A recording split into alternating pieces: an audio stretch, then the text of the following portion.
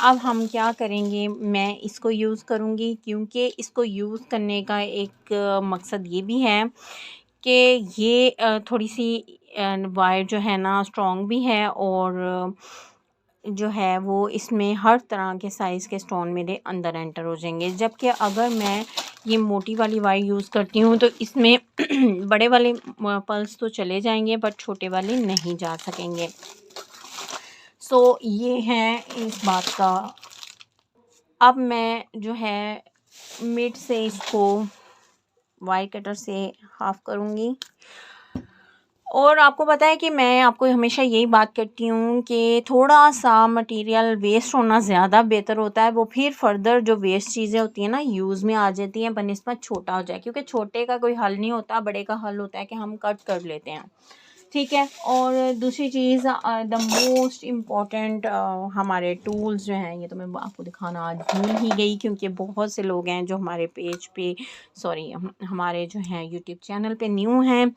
और पेज से याद आया कि मैं इंस्टाग्राम पे और फेसबुक पे डेज़ल एम्बेलिशमेंट्स के नाम से ही हूँ। अगर आप में से किसी को ऑर्डर करना हो तो आप मुझे वहाँ इनबॉक्स कर सकते हैं। और अगर अगर अगर अगर किसी को मुझसे कोई बात पूछनी हो तो जिस वीडियो से रिलेटेड बात हो उसके अंडर कमेंट करें, इंशाल्लाह आई विल गाइड यू।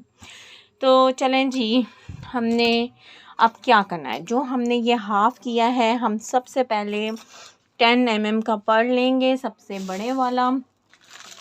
और ये कुछ चीज़ें जो हमारी कॉमन हैं, जो कि तकरीबन क्या ऑलमोस्ट क्या 95% हमारी यही वायर कटर्स बार बार यूज़ होंगे और यही होंगे। The most important glue. और जी इसको हमने अब लगाना है यहाँ। इस तरह से अच्छी सी ग्लू मैंने लगा दी। ठीक है। और इसको फ़ौरन से बंद करते हैं, अगर इसके अंदर हवा चल जाए तो ये हमें फिर अच्छा खासा तंग करती है। ठीक है। और उसके बाद हमने ये देखो, ठीक है। और आपको ये भी मैंने बताना था कि जी एयरिंग जो होता है ना, हमेशा दोनों साइडों से सेम बराबर होना चाहिए। यानी कि जो इतना मटेरियल हमने इस पे यूज़ किया है, हमें सेम साइज़ का material, same sizes, same quantity हमारे होने चाहिए। क्योंकि देखें, अगर हमारे सेट में कोई थोड़ा बहुत पैचेस का फ़र्क पड़ जाए, इट्स बियरेबल। अगर हमारे कोई माथा पट्टी या हमारी कोई बिंदिया वगैरह उसमें फ़र्क पड़ जाए, इट्स बियरेबल।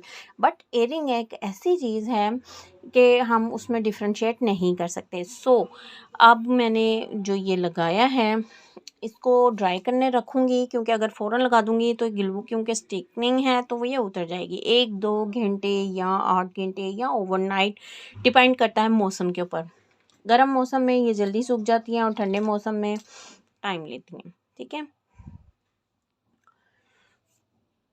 अब जैसे हमने एक ये 10 mm का यूज़ किया और ये 1 2 3 4 हमने यूज़ किए हैं 8 mm के।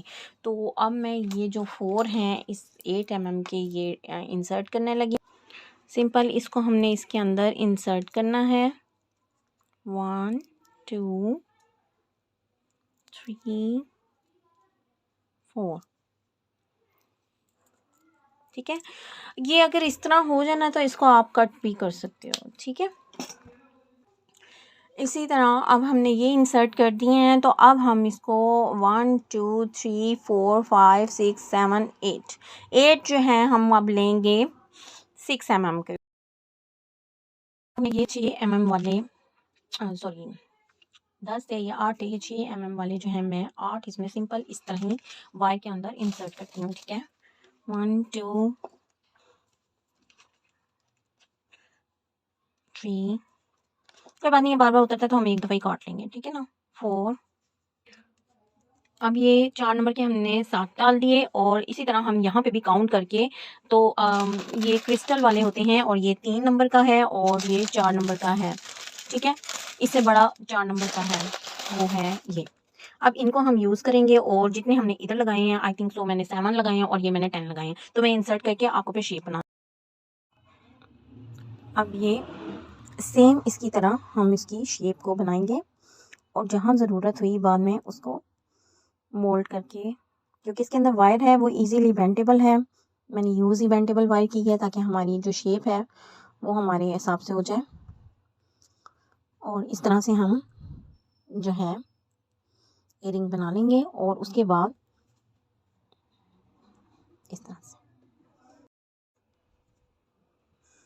इसको हाथ से हमने ट्विस्ट करके शेप और स्पेस एक जैसी रखनी है। ठीक है, अब ये मुझे थोड़ा सा लूज लग रहा है तो मैं हाथों से इसको बैलेंस करती जाऊंगी। ठीक है, ऐसे। और अब ये देखिए हमारे तैयार हो गए हैं रिंग भी और इयरिंग भी। और अब यहाँ पे मैं इसके वो लगाऊंगी स्टॉपर। अब ये हमारे ड्राई हो गए हैं, तो अब हमने सिंपली क्या करनी है, ये डिफरेंट साइजेस के मिलते हैं ईयरलॉक्स। ठीक है, तो अब मैंने ये वाले अटैच करने हैं, मुझे इसमें से जौन सा भी साइज़ रिक्वायर्ड होगा मैं वो इस्तेमाल कर लूँगी।